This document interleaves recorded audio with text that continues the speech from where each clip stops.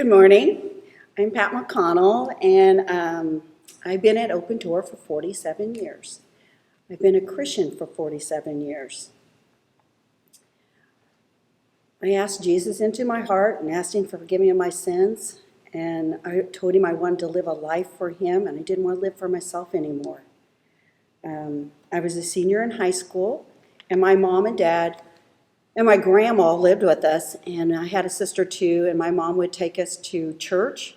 We would get new dresses and new coats and new shoes, so it was kind of a treat to get to go to church, but we didn't get to go often. We would just go for the holidays, and there was a Methodist church down the street from us, and so we would go there. I never heard the plan of salvation there. We enjoyed going down there, and they would have little snacks for us and Kool-Aid and stuff, and we enjoyed doing that. My mom would listen to preachers on the radio as well as on TV, and she would want to go see him, meet him in the revivals. And so we went to see Rex Humbar, and I was 17 years old, and he gave the plan of salvation, one I never heard before like that. And I knew I wanted to get saved, and my mom wanted to get saved, and my sister, and so my mom was like, let's all go down, because there was probably 5,000 people there. And when we went down, they got counselors for us. It took a long time for them all to get us all, but we all accepted the Lord as our Savior that night. And we lived over in Rosedale, which was real close to Youth for Christ. And we would go there, and we really enjoyed going there. And one of my teachers, and my sister had the same teacher, asked us to come to church, and they told us they attended Open Door. And the bus would pick us up. They had a bus ministry. And so when I told my mom about that, she was like, well, let's go. And so we told him we would come. He was our bus driver. And we liked it. And of course, I was 17 years old, and there was lots of single boys here. And I thought, why not come back?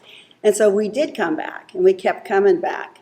And we started working in the church. My mom sang in the choir. I was teaching Sunday school. My sister was a nurse, so she did some of the nurse things here at the camps we went to. And so we were pretty involved in church. Well, one of the guys that attended the church here, his dad was our bus captain.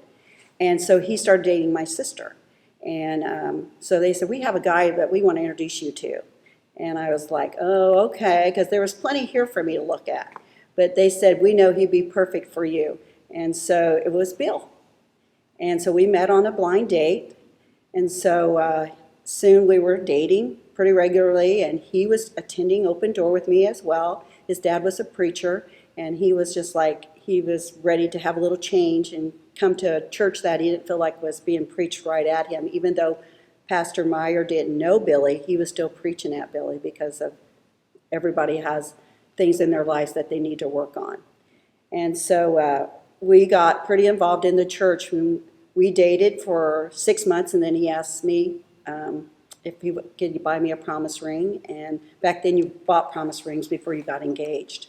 And so I said yes, he could. And then like in 10 months he was like, will you marry me? And I was like, yes, I will. And so then we got married, and we were attending Open Door together. We didn't have any children for the first 5 years. We were just kids, 18 and 19, getting married. And so we did a lot here at the church. We were involved in the bus ministries, and we had a lot of buses, like 23 of them. And we had our own bus, and Bill drove it. And we had, we had a captain too, and we would go out every Saturday to visit the kids. And we would invite other kids to come to church with us, and we ran at least 50 on our bus, and sometimes 100 if we had promotions. And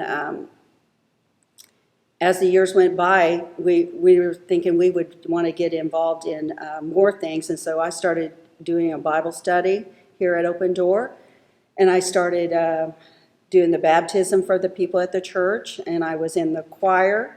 And then I was doing meals. I had that responsibility of bringing in cooking meals for people and asking others to do it for when we had babies or funerals or just when ladies were sick in their homes. And so I did that for quite a few years. Well, then we decided we were going to have kids 5 years after we were married, and we started having babies. I had Rory, our son, and then I had a daughter, Scarlett, and they brought us so much joy. Children was a joy for us. We were still attending Open Door, and as our kids got older, they came to Open Door School. And after the 5 years and we had our kids, we still were involved in a lot of different ministries. And as we were getting older and in our early 30s, they asked Bill to be the overseer of all the buses, which we had 23 buses here at the church. And we would run anywhere from 600 to 1,000 kids. And so it was a big ministry and a lot of responsibility, and people get angry and people get hurt, and you're dealing with all them conflicts, and you're trying to keep a bunch of 23 buses running, and so there's a lot going on with that ministry. And then I still had my own ministries, of being in the choir and doing the baptism and teaching Sunday schools and stuff. So after I had Rory, I would take Rory to the Sunday school class with me when he was an infant and sitting in his chair, and all my kindergarten kids just loved him. But I soon found out that wasn't going to last much longer, and even your first baby, you kind of hate to put him in the nursery, so Bill started teaching my kindergarten class, and then I moved on to different areas in the church. And God blessed me and Bill, and we had this brand new house we had just moved into. We had bought some land to move on to, and we felt like we had a good life. We were serving the Lord, and we were trying to do God's will, and we were trying to make relationships here at the church, and we had godly friends that we did things with. We did men and women retreats. We did Bill did men's retreats. I did women retreats, and really it did refresh us to come back and to want to live for the Lord. Just like our kids, when they would go to camp in the summer, they would come back on fire for the Lord. At 32 years old, I was watching a movie, and the lady had cancer in it, and she was doing a breast exam, and she found a lump. And so after me and Bill watched the movie, he said, maybe you should do a breast exam. And I thought, I'm only 32, why would I do that? And he's like, well, I don't know. So that night I did do a breast exam, and I did find a lump. And I thought I had a personal relationship with the Lord at that time because we were busy about God's work. But I found out through finding out that I had cancer, my whole life changed. At 32, I went to the doctor to just get an exam, and he said, I'm 90% sure it's not cancer. He said, you never have smoked and you're so young. And I thought, I'm 90% sure it's not cancer either. Here I am busy about God's work and doing everything I can for the Lord. And I just don't think the Lord would let me have cancer.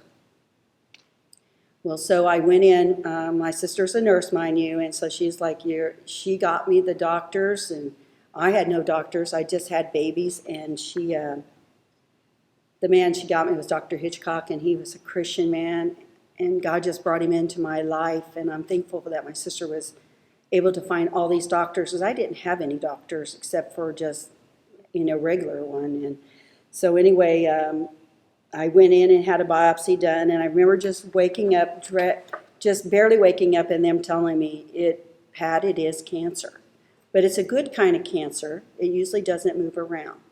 And they said, but we can't tell you for sure until we get the frozen biopsy back.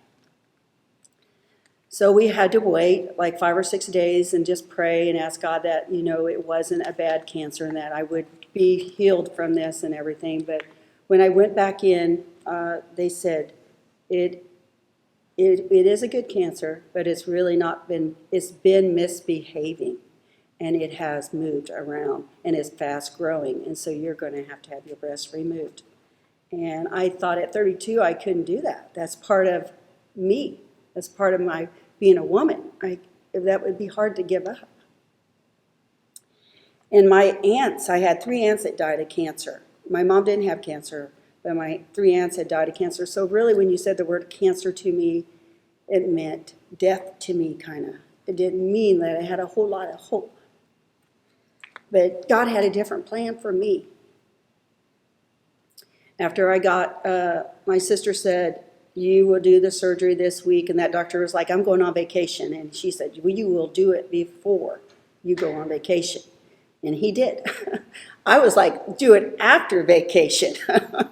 Give me a little more time.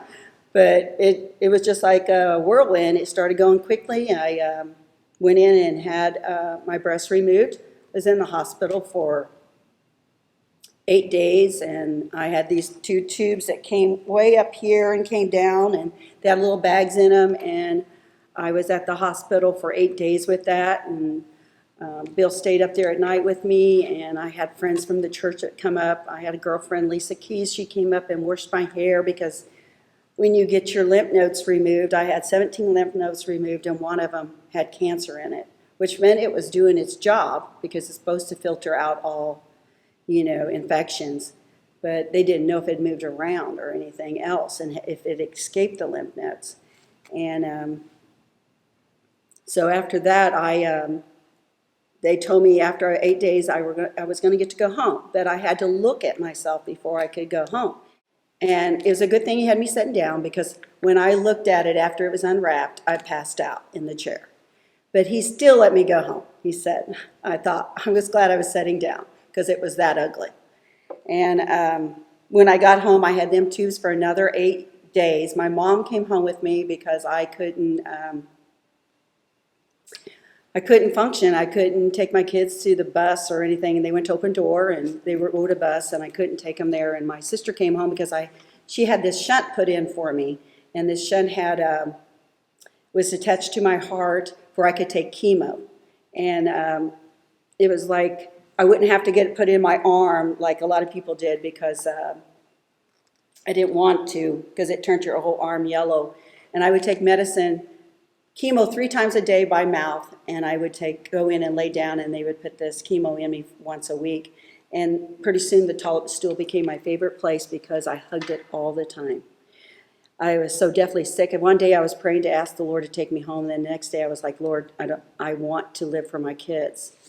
Well, I knew that I was going to start chemo and that it would be a tough time, but I didn't realize how hard it would be on myself and my relationship with Bill and my kids.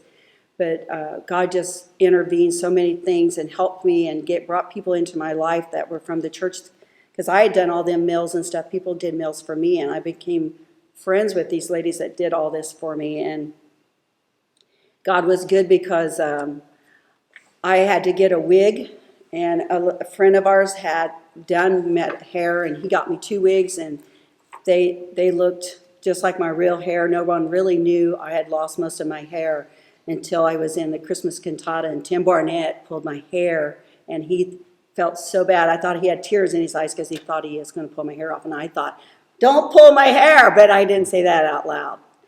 But anyway, after that, I took chemo for 6 months, and we were wanting to build a new home, and I had prayed and asked God to show me that I was going to get to build this new home on our 10 acres. And I was praying that I was going to get to raise my own children too, and I wanted God to show me that I was going to be able to live to do this. But I had given Bill up because I knew he would remarry at 32 years old. But it was hard for me to give my kids up, because it was hard for me to think that a stepmom would raise them for me. But God wanted me to do that, because when I went in for my annual, they said I had uterus cancer. And I knew it was because I hadn't surrendered my children to the Lord yet. And so when I went in and surrendered my children, and I went back in for the exam, they said, you don't have any cancer. And I thought, God, I need a sign to know that I'm going to raise my kids, and I'm going to build this new home, and I'm going to have a new life. And I was sitting on the edge of my bed, and I felt this glow just pour over me. And it came from my head down to my toes. And I knew that was from God telling me that we were going to build this house together. And God has been so gracious to me. I was able to lead my kids to the Lord. I've been able to lead my grandsons to the Lord. I've been able to lead my son-in-law to the Lord. And God has just opened doors for me to be able to witness and to be here at the church at Open Door for all these years, and to work in many ministries. And I knew that God wasn't finished with me yet. And then I have been in my new home now for 32 years. And I'm still here at Open Door, and I feel like God has been so faithful to me. There's a song I used to like to sing with my, whatever this is. And it goes, in my moments of fears, through every pain and every tear, there's a God who's been faithful to me.